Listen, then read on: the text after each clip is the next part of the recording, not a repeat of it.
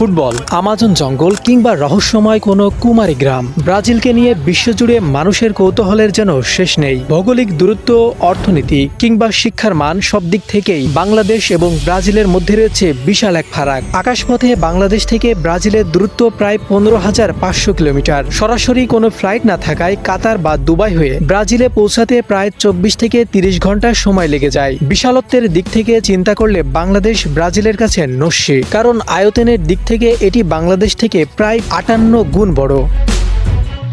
বাংলাদেশের আয়তন যেখানে মাত্র 1,47,570 বর্গ কিলোমিটার, সেখানে ব্রাজিলের আয়তন প্রায় 85 লক্ষ বর্গ কিলোমিটারের বিশাল এক সাম্রাজ্য। জনসংখ্যার দিক থেকেও দেশটি বেশ বড়। বর্তমানে ব্রাজিলে প্রায় 21,35,00,000 মানুষ বাস করে, যা বিশ্বের মধ্যে সপ্তম। বাংলাদেশি প্রবাসীদের জন্য ব্রাজিল এখন আর কোনো অচেনা দেশ নয়। বর্তমানে ব্রাজিলে প্রায় 10 থেকে 15,000 বাংলাদেশি প্রবাসী স্থায়ী বা অস্থায়ীভাবে বসবাস করছেন। তাদের একটি বড় অংশ রাজধানী ব্রাসিলিয়া, বাণিজ্যিক শহর সাও পাওলো এবং কুরিতিবা শহরে থাকেন। প্রবাসীদের সিংহভাগই তৈরি পোশাক, ব্যবসা, সুপার শপ, হালাল মাংসের ফ্যাক্টরি এবং কৃষিকাজে নিয়োজিত।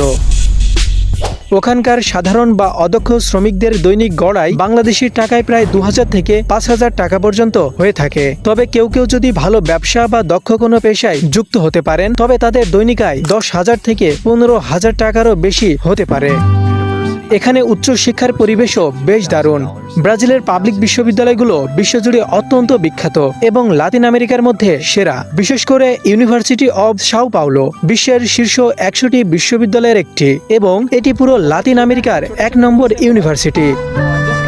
এখানকার পাবলিক বিশ্ববিদ্যালয়গুলোর সবচেয়ে বড় সুবিধা হলো এগুলোতে কোনো টিউশন ফি বা পড়াশোনার খরচ লাগে না, যার কারণে বিশ্বজুড়ে উচ্চমানের গবেষণার জন্য এই বিশ্ববিদ্যালয়গুলো অত্যন্ত সমাদৃত।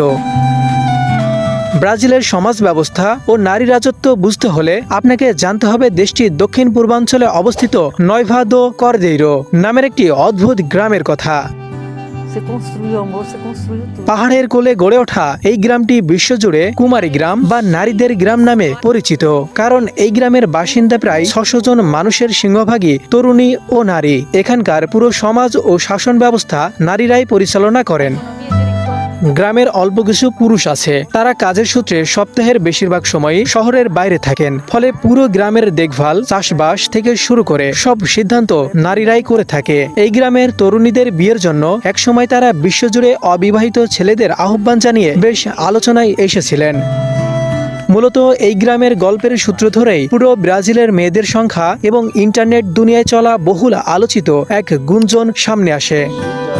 সোশ্যাল মিডিয়ায় প্রায় শোনা যায় যে ব্রাজিলের নাকি ছেলেদের তীব্র সংকট এবং একজন ছেলের জন্য 4 থেকে 5 জন মেয়ে রয়েছে। তবে বাস্তব দেশের সামগ্রিক পরিসংখ্যান বলছে অন্য কথা। ব্রাজিলের মোট জনসংখ্যার মধ্যে নারীর সংখ্যা প্রায় 10,85,00,000 এবং পুরুষের সংখ্যা প্রায় 10,49,00,000। অর্থাৎ পুরুষদের তুলনায় ব্রাজিলের নারীর সংখ্যা মাত্র 36 লক্ষ বেশি। সেই গাণিতিক অনুপাত অনুযায়ী পুরো ব্রাজিলে একজন ছেলের বিপরীতে মেয়ের সংখ্যা আসলে 1.03 জন। মূলত নারীদের গড় আয়ু বেশি হওয়ায় বৃদ্ধ বয়সের গ্রুপগুলোতে নারীর সংখ্যা কিছুটা বেশি। তবে বিয়ের বা তরুণ বয়সে দেশটিতে ছেলে ও মেয়ের অনুপাত প্রায় সমান। তাই নয়ভা দো কর্দেইরো মতো ব্যতিক্রমী গ্রাম থাকলেও পুরো দেশে একজন ছেলের জন্য একাধিক মেয়ে থাকার যে মুখরোচক গল্প ছড়ায় তা পুরোপুরি একটি গুজব। ব্রাজিলের পাশাপাশি আপনাদের জন্য রয়েছে আর্জেন্টিনা সম্পর্কে ভয়ঙ্কর 10টি ঘটনা। আপনি যদি এই সম্পর্কে জানতে চান, এই ভিডিওর কমেন্ট সেকশনে পিন কমেন্টে আর্জেন্টিনা সম্পর্কে একটি